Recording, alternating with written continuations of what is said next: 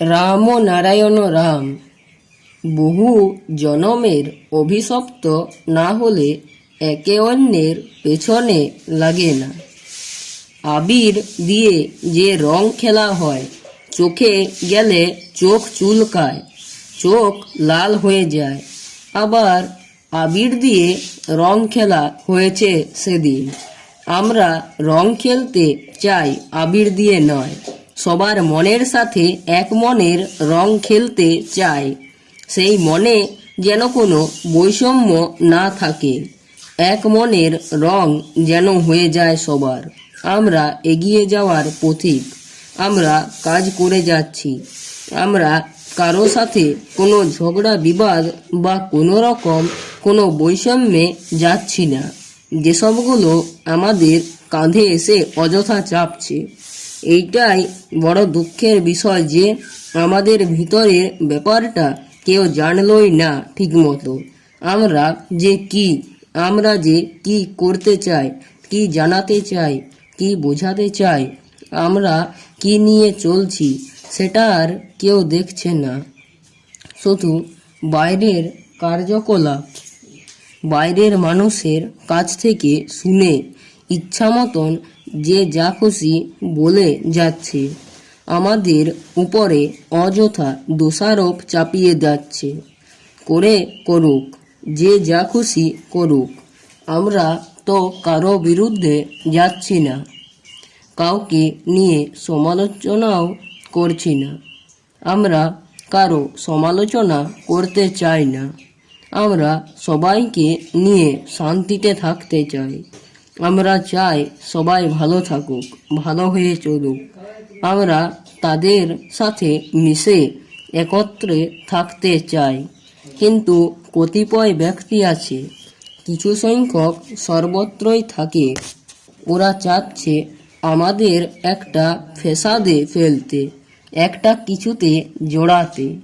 হয়তো একটা বদনাম দিল, বা একটা পুলিশ কেসের মাধ্যমে হইচই করলো, অথবা এমন একটা কাজ করলো যাতে আমাদের সম্বন্ধে মানুষের ভুল ধারণা হয় বা আমাদের ভুল বোঝে।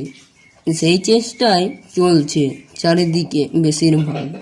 আজ থেকে নয়, শিশু বয়স থেকে এই যুদ্ধ করে আসছি।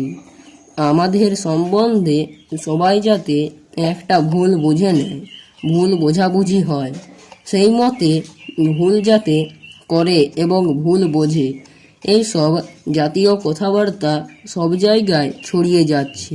কিন্তু এইটাই আশ্চর্য, আজ যে আমার কয়েক কোটি সন্তান হয়েছে এই বদনামের ওপরে। যত অপবাদ দিয়েছে আমায়, তত লোক আসছে, যত বদনাম দিচ্ছে, এইটাতেই আশ্চর্য। অপপ্রচারটাই আমার প্রচার হয়ে গেছে।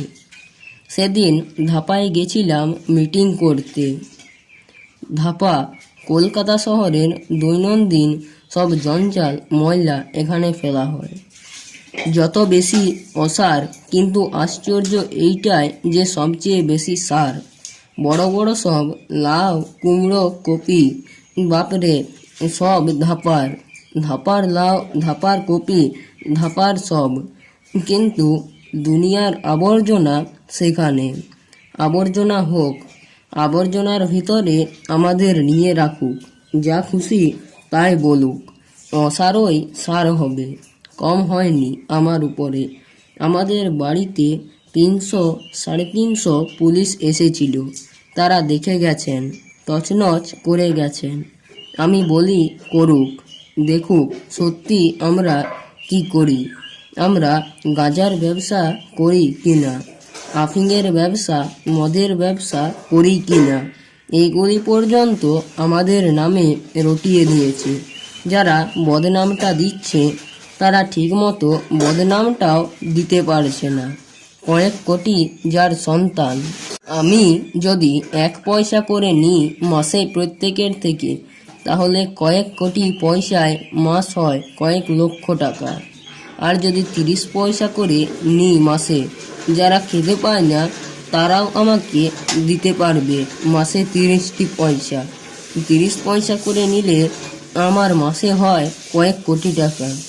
তাহলে কয়েক কোটি টাকা যদি মাসে আমার উপার্জন হয় এইভাবে, আমি কেন গাঁজার ব্যবসা করতে যাব? তো রাম নারায়ণ রাম, আজকে এখানে শেষ করছি। রাম নারায়ণ রাম, রাম নারায়ণ রাম, রাম নারায়ণ।